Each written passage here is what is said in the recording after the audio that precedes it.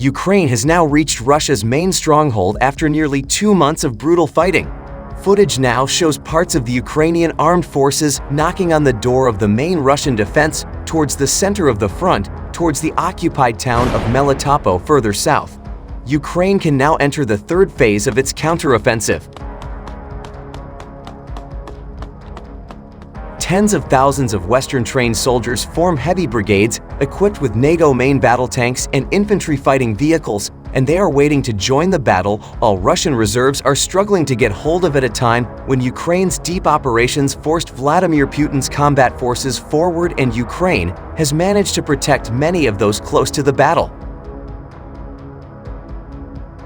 The Ukrainian army is determined to continue today. 38 heavy fighting took place between the Russian troops and the Ukrainian armed forces in 5 directions of the front, and the Ukrainian defense forces thrashed the enemy attack on the Kupiansk linemans and Swedish landings, as reported by Ukraine from Undersecretary of Defense Hanna Maliar, announced this in Telegram. Mailer says that towards Bakhmut,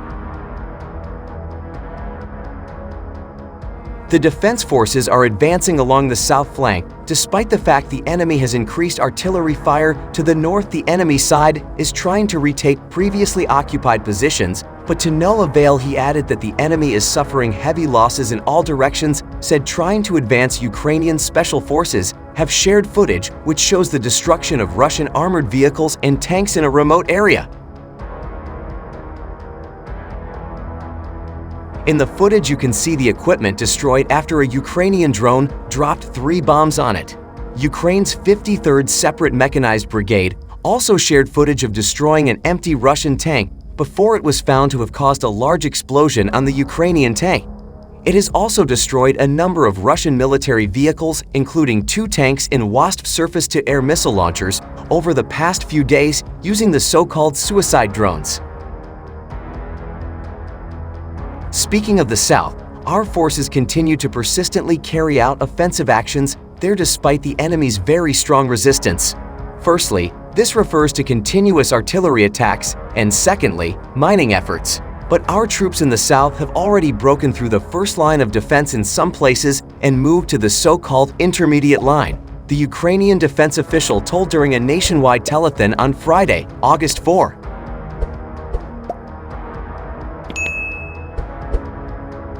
As Hanna Maliar stated, at the intermediate line, Russians set up concrete engineering fortifications within their main heights, which was complicating the movement of Ukrainian forces. The Deputy Defense Minister of Ukraine noted that Russians were bringing up personnel reserves, mainly professional military units, such as air assault units, both in the south and in the east.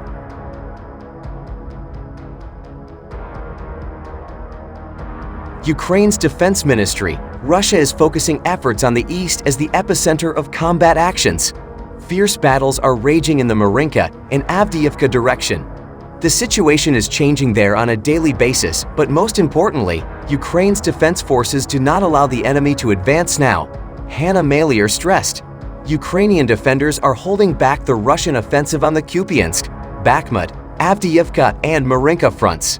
Meanwhile, the Ukrainian armed forces are maintaining their offensive on the Melitopol and Berdyansk fronts. General Staff of the Armed Forces of Ukraine on Facebook. Information as of 18 o'clock on 6 August. During the day, Russian forces conducted 30 missile and 48 airstrikes, carry out 32 attacks using multiple launch rocket systems on the positions of Ukrainian troops and on settlements. As a result of Russian terrorist attacks, civilians have been killed and wounded, residential buildings and other civilian infrastructure facilities have been destroyed. Over the past 24 hours, 50 combat clashes between Ukraine's defense forces and the Russian invasion army took place in different directions of the front. That's according to a morning update by the General Staff of the Armed Forces of Ukraine.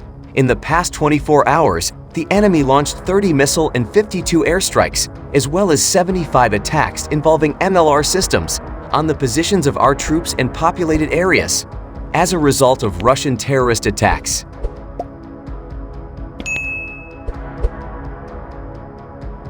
Ukrainian defenders have dislodged entrenched Russian forces from positions south of Andriivka, near Bakhmut. On the Bakhmut front, our Ukrainian troops continue to conduct offensive actions to the south of the city of Bakhmut. During the Defense Forces' offensive actions, the enemy was forced to withdraw from positions in the area south of Andriivka. They unsuccessfully tried to regain lost positions north and west of Klishchiivka, as well as northwest of Kurdyumivka. Heavy fighting continues. Aug 7, Ukrainian military officials said on Friday that Kyiv was persistently working to retake land near the shattered eastern city of Bakhmut, while Russian forces were pouring in additional troops in a bid to stop Kyiv's advances. The Russians are throwing huge numbers of forces into the Bakhmut area. Ukraine's Deputy Defense Minister Hanna Maliar told national television, "It has been important for us to establish ourselves on dominant heights in these areas." Maliar said Ukrainian forces were advancing slowly but confidently south of Bakhmut while securing control of positions north of the city. An extremely fierce battle is going on there. Accounts from Moscow said Russian troops had repelled 8 Ukrainian attempts to advance in the east and inflicted a defeat near Bakhmut. Ukraine launched a counteroffensive in June, focusing on moving southward to the Sea of Azov and severing a Russian land bridge between the occupied east and the annexed Crimean Peninsula. Kyiv, in the 18th month of Russia's invasion, is also determined to recapture land around Bakhmut, seized by Russian forces in May after months of battles. Writing on the Telegram messaging app, Maliar added, "The enemy is desperately trying to stop our offensive." Ukrainian forces, she said, were also working to contain intensified Russian attacks on areas farther north in Donetsk region, around Kupiansk and Lyman.